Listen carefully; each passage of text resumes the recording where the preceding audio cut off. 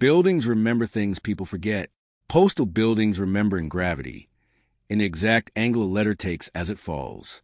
Barnabas Okafor had spent 29 years learning to read that angle inside the Fenimore Street Postal Processing Annex, a 1947 sorting facility that still handled regional parcel and letter volume every single day. Its original gravity-fed chute system running beneath decades of conveyor belts and automated diverters layered on top of it like geological strata. He was 61 now, facilities mechanic, responsible for keeping the sorting floor's aging chutes, belts, and diverters running to the punishing crush of holiday seasons and the quieter grind of ordinary Tuesdays alike. He had learned to trust the chutes from a man named Desmond Aldrich, who had kept the sorting floor running for 26 years before him and who believed, without needing to argue the point, that a jam was never random, only unexplained. Barnabas started at Fenimore Street at 32, hired as Aldrich's assistant during a stretch when the annex was straining under a volume surge nobody had planned for. Aldrich was 58 then, broad-handed and unhurried, a man who could diagnose a jam by the sound of it hitting the collection bin before he ever climbed a ladder to look. A chute doesn't jam because mail is careless, Aldrich told him. During Barnabas's first week, the two of them standing beneath the sorting floor south run, while envelopes rained down in an orderly cascade around them. Mail falls the way gravity tells it to fall. If something's landing wrong, gravity isn't confused.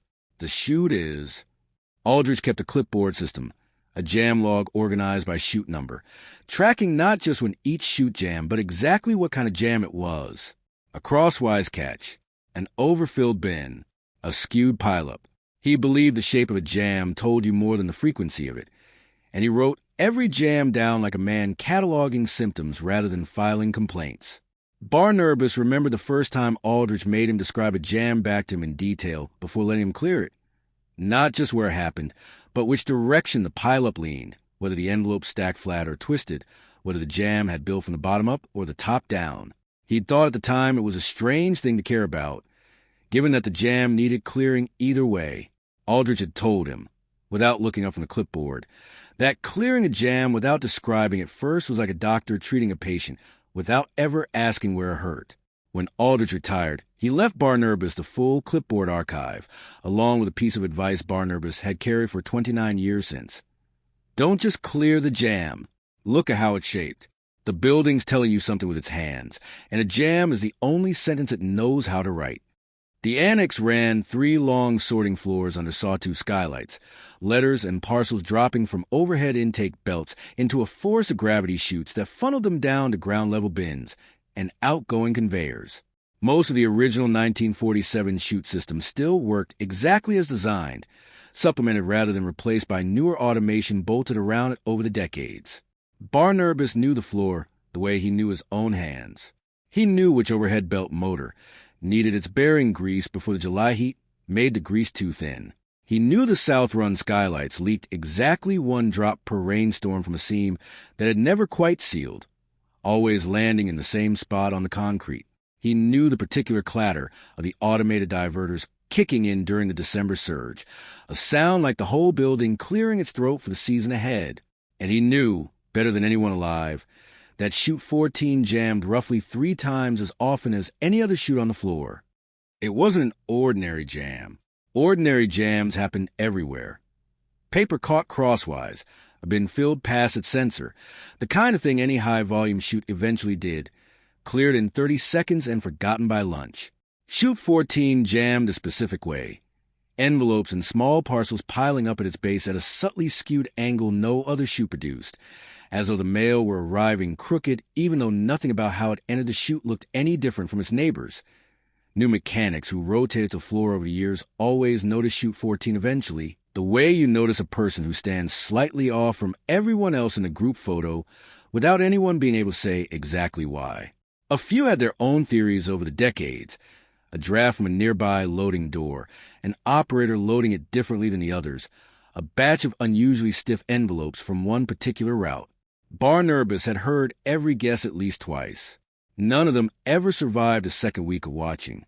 Aldrich's earliest entry describing it, from 1974, read, Asterisk chute 14 skew jamming again. 3rd time this month. Slope check with a level, Reads identical to chutes 12, 13, 15, 16. On paper, this chute is no different from any other. Something in the wall behind it disagrees. Watching it, asterisk. Barnabas had read that entry during his first winter with the clipboard archive, sitting in the small mechanic's office off the loading dock, and it felt something settle into place that he wouldn't fully understand for years. Aldrich had noticed something real. Aldrich had never solved it, and Aldrich had kept logging it anyway, jam after jam, patient enough to preserve a pattern he never got to finish explaining. Barnabas continued the logging without ever being asked to. Every skew jam at Chute 14 went into the archive the way Aldrich had recorded them, and every one matched the same distinctive shape. Never random, always crooked in the same direction. The pattern held, year after year, 3 times the rate of any other chute on the floor. In his 14th year with the archive, Barnabas began measuring something Aldrich's descriptive notes had never quite captured: the precise discharge angle at Chute 14's base, taken with a small digital level held against the falling mail stream at the moment of each jam. It took him nearly a decade of those readings to see what Aldrich's qualitative notes never could. The skew wasn't holding steady. It was increasing, a fraction of a degree more each year, slowly enough that any single season's readings looked unremarkable, unmistakable once laid across 10 years of careful numbers. He sat with that realization one evening in the mechanic's office. The sorting floor quiet around him after the last shift had cleared out, the overhead belt silent for the night. Aldrich's oldest clipboard entry spread, beside his own decade of angle readings. 2 men, 1 chute, 50 years of the same patient question, neither of them ever quite ready to call it solved, and neither of them ever willing to stop asking it either. The chute's own physical slope, measured from the inside every single time, had never once changed. And yet the mail kept arriving more crooked each year than the year before, a fraction of a degree at a time, invisible in any single season, and unmistakable across a decade of careful numbers. If the chute itself wasn't moving, something behind it was. He thought about how many million pieces of mail had passed through that one chute since 1974, letters, parcels, holiday cards, tax returns, every one of them falling exactly as gravity intended, and every one of them still landing slightly wrong, because gravity had never been the thing that was confused. He wrote a new entry beneath Aldrich's oldest one. In the same plain hand, asterisk 10 years of angle readings confirm the skew is not stable. It is increasing, slowly, consistently. The chute slope has not changed by any measurement I can take from inside it, 'cause still unknown. Continuing to measure, asterisk. He underlined continuing. It felt like the only honest word available to him. Barnabas had a theory in his 18th year that the cause might be a warped section of the chute's own sheet metal lining, decades of parcels and envelopes sliding across the same surface, eventually wearing a subtle groove that could bias the discharge angle without changing the chute's overall slope. He spent the better part of summer replacing the entire interior lining of Chute 14 section by section, fabricating new sheet metal to the original 1947 specifications, convinced he had finally found something a welding torch could permanently fix. The skew jams returned within weeks of the new lining going into service, in exactly the same shape, at exactly the rate the trend line predicted for that year. The lining had nothing to do with it. The mail wasn't skewing because of anything happening inside the chute. It was skewing because of something happening behind the wall the chute was mounted to. He had been wrong. He wrote it plainly in the archive, in the same unembellished style Aldrich had taught him without ever meaning to teach a lesson. Asterisk interior lining theory. Ruled out. Full replacement installed. Skew pattern unchanged and on trend within weeks. The chute itself is not the source. Back to unexplained. Asterisk. It bothered him more than most of his wrong guesses did. He had wanted the lining to be the answer. Physical, replaceable, a summer's labor and a closed question. Being wrong meant the cause lived somewhere in the wall behind Chute 14. In framing nobody had opened since long before Barnabas was hired.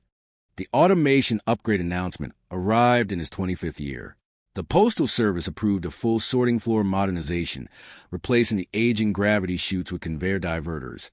Precision equipment mounted to brackets bolted directly into the same wall studs the original 1947 chutes had used. The project brief treated every stud along the wall as structurally interchangeable, spaced and specified exactly as the building's original drawings described. Barnabas read the brief and felt an old unease sharpen. If his measurements were right, if something behind Chute 14's wall had been slowly worsening for 50 years, the new precision diverters were about to be anchored into the one section of framing that had never behaved like its neighbors. He brought Aldrich's clipboard archive, along with his own decade of angle readings, to the automation contractor's installation engineer. The engineer was a capable, straightforward man named Foster Adair, who reviewed the wall's most recent structural walkthrough alongside Barnabas's data. The walkthrough had found the stud sound and properly spaced according to the original 1947 drawings. Every stud behind that wall checks out against the drawing, Adair said, spreading the inspection notes across a folding table on the sorting floor. If there were a real structural issue, I'd expect the walkthrough to flag something, and it didn't. Honestly, this reads like a calibration artifact. Something about how mail happens to enter that specific chute. The new conveyor diverters have adjustable sensors. Whatever's been causing this, the new system should simply route around it rather than inherit it. The skew isn't how the mail enters, Barnabas said. I measure the chute's own slope every year for a decade. It hasn't changed. The mail is arriving crooked because something behind the wall keeps getting a little more crooked itself. A calibration artifact doesn't get worse every single year for 50 years. Adair considered that, and to his credit, didn't dismiss it. I don't have another explanation for a trend like that, but a structural walkthrough that says the studs are sound doesn't give me grounds to treat this section differently in the installation plan. The project doesn't include exploratory demolition without a documented structural finding. It was a reasonable position, and Barnabas didn't have an engineering credential to argue against it. What he had was 50 years of a pattern that had outlasted a full lining replacement, and a walkthrough that matched drawings from 1947, and a growing conviction that a walkthrough checking studs against a drawing wasn't the same as checking whether the wall behind those studs was still where it had always been. Barnabas didn't sleep well through the weeks that followed. He kept circling back to a question he couldn't put down. What if Adair was right, and 50 years of jam logs amounted to nothing more than an odd quirk in how mail entered one particular chute, a pattern he and Aldrich, between them, had slowly turned into a structural mystery through nothing but 2 careers of stubborn attention? He had wanted for years for the worsening skew to mean something real. Wanting it to matter wasn't the same as it actually mattering. He pulled Aldrich's 1974 clipboard out one more evening and reread the entry under the mechanic's office lamp. Asterisk something in the wall. Behind it disagrees. Watching it, asterisk. Aldrich had never known the cause either. He had simply kept watching, jam after jam, trusting that the pattern was worth preserving even without an explanation attached. Barnabas had inherited that trust without ever fully testing whether it could stand against a clean structural walkthrough and a reasonable engineer's timeline. He didn't have the cause confirmed. But not having it hadn't stopped Aldrich from writing the first entry in 1974, and it wasn't a reason for Barnabas to stop now. Not with precision equipment about to be bolted into a wall his own decade of angles said was still quietly moving. He requested, at his own initiative, a single day with a structural engineer before the diverter brackets went in. Not to delay the automation, he made clear only look above and behind Chute 14's wall, while the old chutes were still standing and the question could be asked without tearing anything permanent apart. The engineer was a woman named Priya Anand, who specialized in evaluating older industrial buildings under change loading. She reviewed the annex's 1947 construction drawings and its 1962 loading dock expansion records alongside Barnabas's decade of angle measurements, and she spent a morning above the sorting floor's drop ceiling with a laser level, tracing the load path behind Chute 14's wall back to its structural connections. What she found explained 50 years of a skew that nobody had ever been able to name. During a 1962 loading dock expansion, a support column near Chute 14 section had been relocated a few feet to accommodate a wider truck bay, a common enough alteration for the era, transferring a floor load above onto a beam connection sized adequately for the lighter storage used the building carried at the time. That connection was fine for 1962 loads, Priya said, showing Barnabas a laser plot at the folding table. But parcel volume on the floor above this bay has grown enormously since then. Decades of increasingly dense storage sitting on a beam nobody ever reassessed. It's been slowly deflecting under that growing weight, not failing, just settling, a little more every year. And that settlement is racking the wall framing behind Chute 14 out of True. The chute slope never changed because the chute was never the problem. The wall behind has been quietly leaning for 60 years. The walkthrough found the stud sound. Barnabas said, "The studs are sound," Priya said. "They're just not where the 1947 drawing says they should be anymore." Nobody ever asked that question, because nobody had a reason to look at a beam connection from 1962 when they were checking studs against a drawing from 1947. Your angle readings were the only thing in this building actually tracking it. Barnabas looked up at the ceiling above the sorting floor, ordinary acoustic tile, hiding a beam connection 60 years old, carrying a load nobody had recalculated since parcel volume was a fraction of what it had become.